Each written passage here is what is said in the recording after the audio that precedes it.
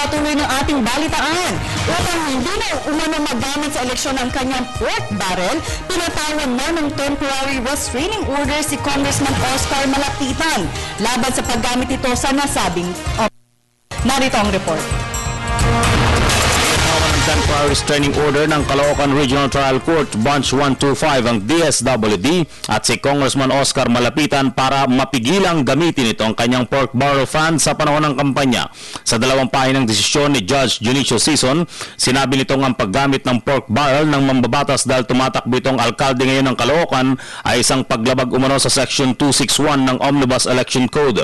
At kahit na nagpalabas daw ng resolusyon ng Comelec and Bank sa pamagitan ng Resolution 9660 na nagbibigay pahintulot sa lahat ng incumbent lawmakers na gamitin ang kanilang mga pork barrel kahit election period, hindi daw nito pwedeng isupersede ang umiiral na batas ng election ayon kay Judge Sison. Sa Comelec Resolution 9660, pinapahintulutan lamang ng poll body ang mga mambabatas na gamitin ang kanilang mga pork barrel sa repair o construction ng mga major infrastructures at hindi kasama dito ang pagbibigay ng emergency relief.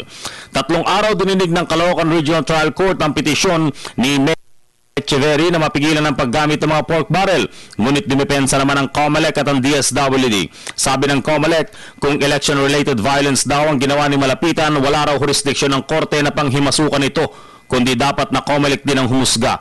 Sabi naman ng DSWD, posibleng mabalam daw ang ilang poverty alleviation program ng pamahalaan kung pipigilan ang paggamit ng PDAF.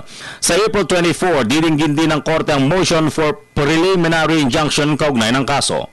Para sa Telebisyon ng Bayan, George Randol.